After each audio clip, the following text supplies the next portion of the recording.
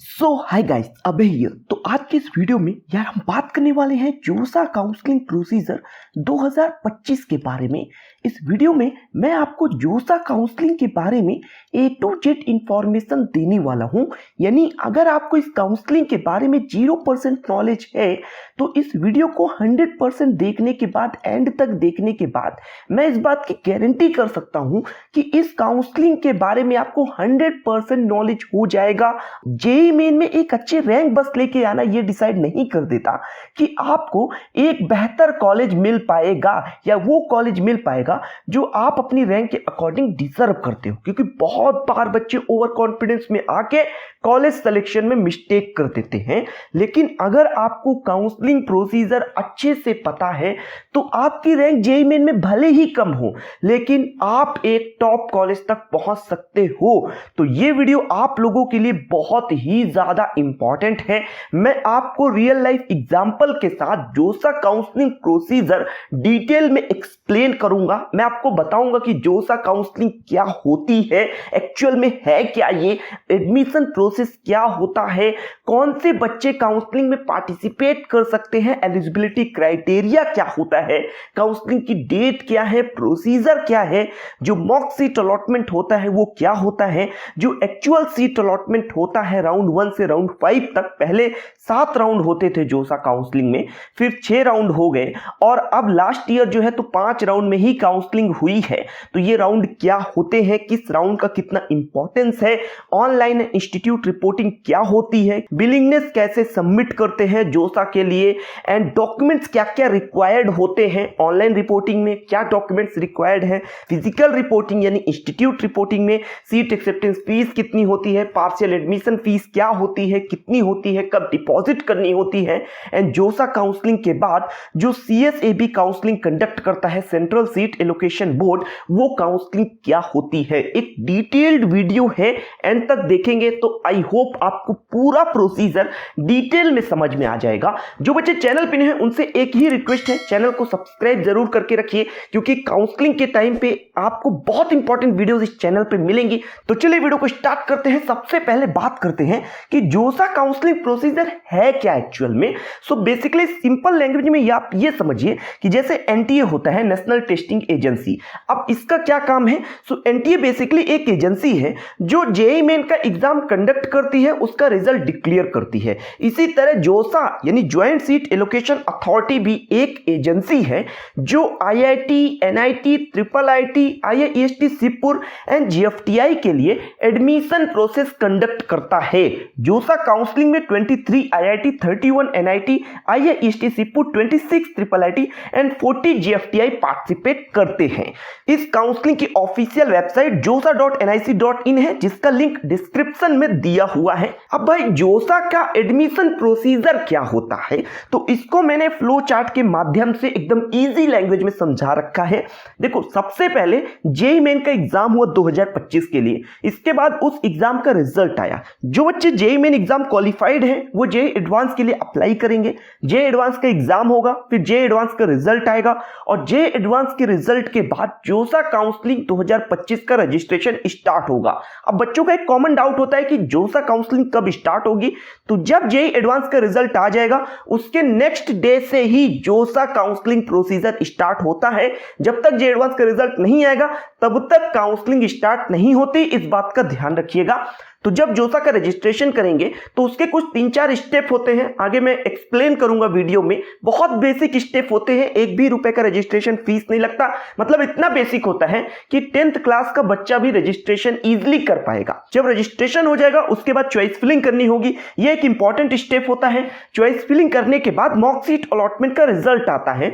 2 round में mock seat allotment होता है। अब ये क्या होता है, तो जैसे आप जेईई मेन का पेपर देने जाते हो तो उसके पहले मॉक टेस्ट देते हो ना कि मेरी प्रिपरेशन का लेवल क्या है, मुझे कितने मार्क्स आ रहे हैं, मेरे को कहाँ इंप्रूव करना चाहिए। तो वैसे ही जो आपने चॉइस फिलिंग की है उस चॉइस फिलिंग के हिसाब से आपको एक रफ आइडिया देगा कि आपको कौन सी सीट मिल पाएगी। यही है मॉक सीट अलॉटमेंट। ये एक्चुअल नहीं होता है, सिर्फ आपको बताता है कि जो चॉइस फिलिंग आपने की है उसमें आपको क्या कॉलेज मिल पाएगा या नहीं मिल पाएगा। जब मॉक सीट अलॉटमेंट का रिजल्ट आ जाएगा मैं देख लूंगा कि कुछ मिल रहा रहा है, नहीं मिल रहा, जब मैं सेटिस्फाइड हो जाऊंगा तो फिर मैं अपनी चॉइस फिलिंग को लॉक कर सकता हूं, क्योंकि लॉक चॉइस करने के बाद उसमें मॉडिफिकेशन पॉसिबल नहीं, इसीलिए पहले मॉक का रिजल्ट आ जाता है जिससे आइडिया मिल जाए। जब चॉइस फिलिंग आपकी लॉक हो जाएगी उसके बाद जो राउंड 1 से राउंड 5 की काउंसलिंग है, जो मेन काउंसलिंग है, वो स्टार्ट होती है। तो जब राउंड 1 के सीट अलॉटमेंट का रिजल्ट आएगा तो उसमें अगर आपको कोई सीट नहीं मिली मान लो, तो आपको कुछ भी नहीं करना है, आपको नेक्स्ट राउंड की काउंसलिंग का वेट करना है, कुछ भी करने की जरूरत नहीं। अगर राउंड 1 में सीट नहीं मिली, अगर मान लो कि राउंड 1 में सीट मिल गई, फॉर एग्जांपल मुझे एनआईटी भोपाल में इलेक्ट्रिकल मिल गया, चॉइस नंबर 14 राउंड 1 में एनआईटी भोपाल के अंदर इलेक्ट्रिकल, तो फिर मुझे क्या करना है? तो फिर मुझे सबसे पहले जो सीट अलॉटमेंट का लेटर है वो डाउनलोड करना है, इसके बाद ऑनलाइन रिपोर्टिंग करनी है, जिसमें मुझे सबसे पहले बिलिंगनेस सबमिट करनी होगी, जो कि फ्रीज, फ्लोट या स्लाइड में होगा।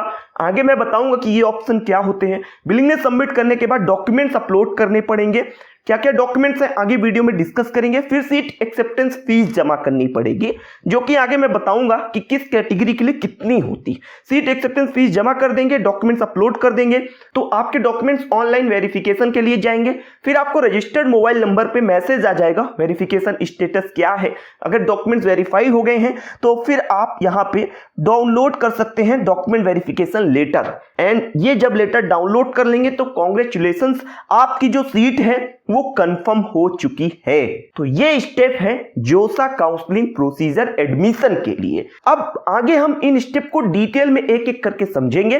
सबसे पहले बात करते हैं कि जोसा काउंसलिंग में कौन से बच्चे पार्टिसिपेट कर सकते हैं, क्योंकि इसमें बच्चों को बहुत कंफ्यूजन होता है। तो सबसे पहले आप ये समझिए कि जो स्टूडेंट जेईई मेन 2025 में रजिस्ट्रेशन किया है, जेईई मेन 2025 का एग्जाम दिया है, एग्जाम में बैठा है, वो स्टूडेंट एनआईटी, ट्रिपल आईटी और जीएफटीआई के लिए काउंसलिंग में अप्लाई कर सकता है।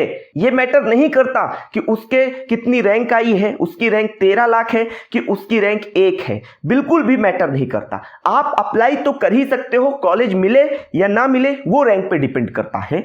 दूसरा, बच्चों को ये डाउट होता है कि मेरा जो 75% है वो नहीं आ रहा या 65% नहीं आ रहा, तो क्या मैं जोसा में अप्लाई कर सकता हूं या नहीं कर सकता?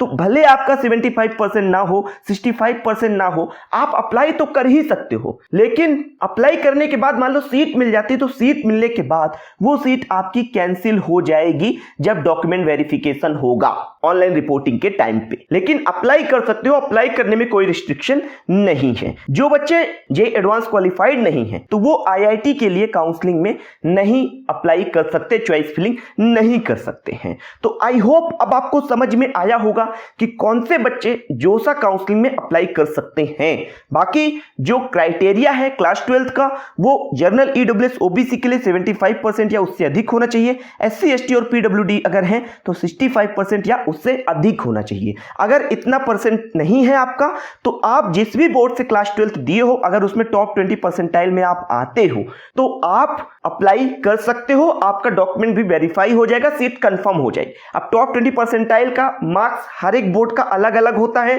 वो लिंक जो है वो आपको डिस्क्रिप्शन में दे दूंगा, तो वहां से आप देख सकते हो कि आपके बोर्ड का टॉप 20 परसेंटाइल कितना जाता है। अब बात करते हैं कि जोसा काउंसलिंग की डेट क्या है, कब काउंसलिंग स्टार्ट होगी। तो जेईई एडवांस का जो रिजल्ट आना है वो 2 जून को आना है, और जोसा काउंसलिंग जो है वो 3 जून को आपको सुबह 10 बजे से या शाम 5 बजे से स्टार्ट हो जाएगी। इस बात का ध्यान रखिएगा, एकदम कंफर्म है ये। अब बात करते हैं कि प्रोसीजर क्या है। तो जब काउंसलिंग स्टार्ट होगी आपको जोसा की वेबसाइट पे जाना होगा, तो कुछ ऐसा इंटरफेस आएगा। स्टेप 1 में अपना एप्लीकेशन नंबर, पासवर्ड डालोगे, सिक्योरिटी पिन डाल के लॉगिन करोगे। तो स्टेप 2 में यहाँ पे एक ओटीपी जाएगा जो आपका रजिस्टर्ड मोबाइल नंबर और ईमेल आईडी होगा। वो ओटीपी जब आप इंटर करोगे तो आप स्टेप 3 में आओगे, जिसमें टर्म्स एंड कंडीशन आएंगे, उसमें आई एग्री पे क्लिक करना है। इसके बाद स्टेप 4 आएगा जिसमें आप gender, nationality and state of eligibility ये आप चेंज कर सकते हो। तो यहां से आप अगर चेंज करना चाहो तो कर सकते हो।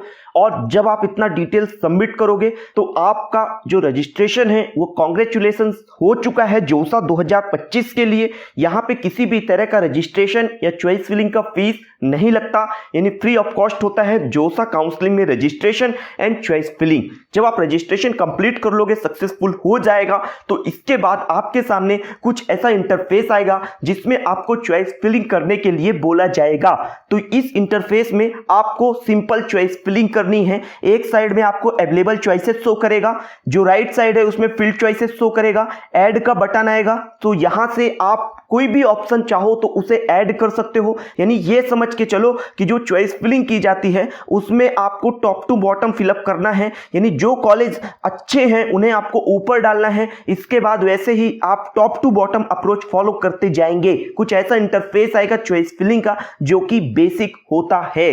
अब चॉइस फिलिंग जब आप लोग कर लोगे तो चॉइस फिलिंग करने के बाद आपको मॉक सीट अलॉटमेंट का रिजल्ट आएगा जो कि राउंड 1 एंड राउंड 2 में होगा, और इसके बाद राउंड 1 से राउंड 5 तक जो काउंसलिंग है वो स्टार्ट होती है। सो मॉक सीट अलॉटमेंट का जब रिजल्ट आ जाएगा इसके बाद फिर स्टार्ट होगा राउंड 1 की काउंसलिंग जो एक्चुअल सीट अलॉटमेंट है। सो जब उसमें कोई सीट अगर मिलती है तो आपको ऑनलाइन रिपोर्टिंग प्रोसीजर कंप्लीट करना है। अगर कोई सीट नहीं मिलती तो आपको कुछ भी करने की जरूरत नहीं है। मान लो कि राउंड 1 का रिजल्ट आया, जैसा मैंने आपको पहले बताया था कि मुझे एनआईटी भोपाल में जो इलेक्ट्रिकल ब्रांच है जो कि नंबर 14 पे मैंने भरी थी वो मुझे राउंड 1 में मिल गई। तो अब मुझे क्या करना है, तो अब मुझे सबसे पहले सीट अलॉटमेंट का रिजल्ट डाउनलोड करना है। इसके बाद फिर विलिंगनेस सबमिट करनी है, फ्रीज फ्लोट एंड स्लाइड। अब फ्रीज फ्लोट एंड स्लाइड क्या होती है, तो फ्रीज का मतलब यह है कि जो मुझे सीट राउंड 1 में मिली है उस सीट को मैं एक्सेप्ट करता हूं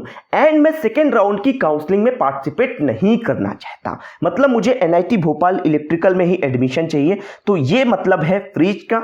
सो फ्रीज ऑप्शन तभी सेलेक्ट करना जब एकदम 100% सीट से सेटिस्फाइड हो। इसके बाद सेकंड ऑप्शन होता है फ्लोट। फ्लोट का मतलब ये होता है कि जो राउंड 1 में सीट मुझे मिली है वो तो मैं एक्सेप्ट ही करता हूं, लेकिन सेकंड राउंड में भी मैं पार्टिसिपेट करना चाहता हूं, और सेकंड राउंड में, थर्ड राउंड में, फोर्थ राउंड में अगर इससे ऊपर की कोई सीट मुझे मिल जाती है तो फिर मैं उस सीट को लेना चाहूंगा।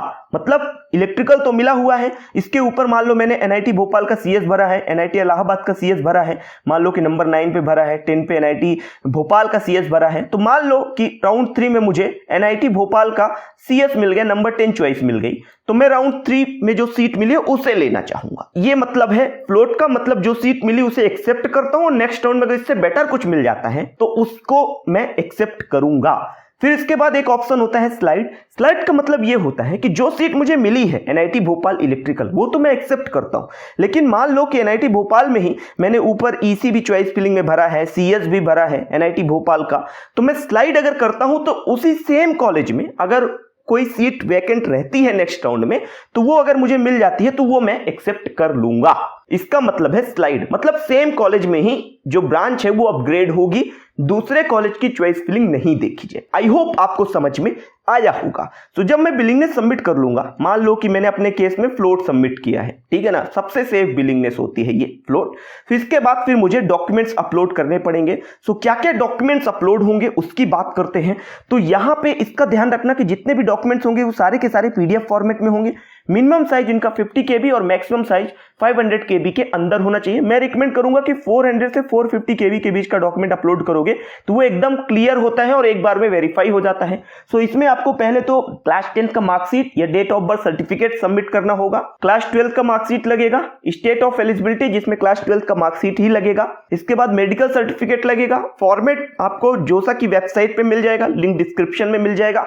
इसके बाद कैटेगरी अगर कोई लग रही है तो कैटेगरी सर्टिफिकेट लगेगा, और इसके बाद बैंक अकाउंट का पासबुक लगेगा, फ्रंट पेज का फोटो। अब यहां पे आप अपना या अपने पेरेंट्स का ही अकाउंट का पासबुक दीजिएगा, क्योंकि अगर कोई विड्रॉ वगैरह का केस होता है, रिफंड का केस होता है, तो इसी बैंक अकाउंट में आपका अमाउंट रिफंड होता है। तो ये सारे डॉक्यूमेंट्स जो हैं ये आपको अपलोड करने पड़ेंगे।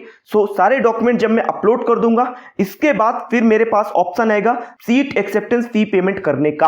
अब सीट एक्सेप्टेंस फी क्या होता है कि बच्चे नहीं पे करते हैं, वो डॉक्यूमेंट्स अपलोड करके छोड़ देते हैं। बहुत से बच्चे ये मिस्टेक करते हैं, इसी के कारण राउंड 1 के बाद राउंड 2 में जो कट ऑफ है वो लो हो जाती है, क्योंकि बच्चे सीट एक्सेप्टेंस फीस नहीं पे करते तो उनकी सीट कैंसिल हो जाती है और वो काउंसलिंग से बाहर हो जाते हैं। तो राउंड 2 में जो बच्चे जिनकी कम रैंक होती है उनको सीट अलॉट हो जाती है। सो ये सीट एक्सेप्टेंस फीस बहुत से बच्चे पे नहीं करते, बड़ी मिस्टेक करते हैं। इसका ध्यान रखना कि ये पे करना कंपलसरी है। अगर आप सीट एक्सेप्टेंस फीस पे नहीं करोगे तो आपकी सीट कैंसिल हो जाएगी और आप काउंसलिंग से बाहर कर दिए जाओगे। तो यहां पे जनरल, ईडब्ल्यूएस और ओबीसी वाले बच्चों के लिए 35,000 रुपीज है, एससी एसटी और पीडब्ल्यूडी वाले बच्चों के लिए 17,500 रुपीज है। ये जो सीट एक्सेप्टेंस फीस है इसमें 5,000 रुपए जोसा का प्रोसेसिंग फीस है जो कि कट जाता है। बाकी का जो अमाउंट है वो आपके कॉलेज की फीस में एडजस्ट हो जाएगा। तो जब सीट एक्सेप्टेंस फीस जमा कर दोगे तो इसके बाद आपके डॉक्यूमेंट्स ऑनलाइन वेरिफिकेशन के लिए जाएंगे। वेरिफिकेशन ऑफिसर उन्हें वेरीफाई करेगा। अगर कोई मिस्टेक होगी तो मैसेज आएगा। अगर मिस्टेक नहीं है, एक बार में वेरीफाई हो गए डॉक्यूमेंट, तो आप पोर्टल पे लॉगिन करके अपना जो डॉक्यूमेंट वेरिफिकेशन लेटर है वो डाउनलोड कर सकते हो। और इसके बाद मैं काउंसलिंग किया जोसा की राउंड 1 से लेकर राउंड 5 तक, लास्ट राउंड तक मान लो मैंने काउंसलिंग की। 2024 में 5 ही राउंड हुए थे, 23 में 6 राउंड हुए थे। तो मान लो कि मैंने राउंड 5 यानी लास्ट राउंड तक काउंसलिंग की, तो मुझे लास्ट में एनआईटी भोपाल ही मिला मान लो, और एनआईटी भोपाल के अंदर मुझे मान लो कि सीएस ब्रांच मिल गई लास्ट राउंड में। तो अब इस ब्रांच को मुझे बनाना है यानी एक्सेप्ट करना है, इस सीट में मुझे एडमिशन लेना है। तो इसके लिए आपको पार्शियल एडमिशन फीस जमा करनी पड़ेगी। जो बच्चे पार्शियल एडमिशन फीस नहीं जमा करेंगे उनकी जो सीट है जोसा वाली वो ऑटोमेटिक कैंसिल मान ली जाएगी। इसका ध्यान रखना, यानी सीट एक्सेप्टेंस फीस भी जमा करना पड़ेगा और पार्शियल एडमिशन फीस भी जमा करनी पड़ेगी। जब दोनों जमा करोगे तभी आपकी जो सीट है वो कंफर्म मानी जाती है। इसका ध्यान रखिएगा। Partial admission fees last round के बाद जमा करनी होगी और सिर्फ एनआईटी प्लस सिस्टम वाले बच्चों को जमा करनी पड़ेगी। जो आईआईटी वाले बच्चे हैं, जिन्हें आईआईटी मिला है, उन्हें पार्शियल एडमिशन फीस जमा करने की जरूरत नहीं होती है। तो यहां पे कितनी होती है? तो जनरल, ईडब्ल्यूएस, ओबीसी के लिए 45,000, एससी एसटी और पीडब्ल्यूडी के लिए 20,000 होती है। मतलब आपको पहले 35,000 जमा करने हैं, फिर 45,000 जमा करने हैं, यानी टोटल आपको 80,000 रुपीज जमा करने पड़ेंगे, जिसमें 5,000 रुपए जोसा का प्रोसेसिंग फीस कट जाएगा। बाकी के जो 75,000 रुपीज है ये आपकी कॉलेज की जो फीस होगी उसमें एडजस्ट हो जाएगा। कहीं पैसा जा नहीं रहा, इसका ध्यान रखना, टेंशन बिल्कुल मत लेना, ठीक है। अब पार्शियल एडमिशन फीस जमा कर दिए तो आपकी सीट कंफर्म हो गई है। और आप जब जोसा काउंसलिंग खत्म हो जाएगी, सीसेप काउंसलिंग खत्म हो जाएगी, कॉलेज में इंस्टीट्यूट रिपोर्टिंग करनी होगी। तो इंस्टीट्यूट रिपोर्टिंग फिजिकल रिपोर्टिंग होती है जिसमें आपको बच्चे को खुद जाना पड़ता है कॉलेज। तो फिजिकल रिपोर्टिंग के टाइम पे क्या क्या डॉक्यूमेंट्स लेके जाने पड़ेंगे? तो यहां पे आपको क्लास 10th की मार्कशीट एंड क्लास 12th की मार्कशीट लेके जानी पड़ेगी। स्टेट ऑफ एलिजिबिलिटी यानी 12th की मार्कशीट ही लगेगी। मेडिकल सर्टिफिकेट जो फॉर्मेट आपको जोसा के पोर्टल पे मिल जाएगा। कैटेगरी अगर कोई लग रही है तो कैटेगरी सर्टिफिकेट लेके जाना पड़ेगा। बैंक अकाउंट पासबुक स्टूडेंट का होना चाहिए। इसके बाद transfer certificate, migration and income certificate parents का लगने वाला है। ट्रांसफर और माइग्रेशन सर्टिफिकेट कैंडिडेट का होना चाहिए। पासपोर्ट साइज फोटो आपको 6 कॉपी लेके जानी पड़ेंगी जो कि रिसेंट क्लिक होनी चाहिए। आधार कार्ड या फिर वोटर आईडी स्टूडेंट का होना चाहिए।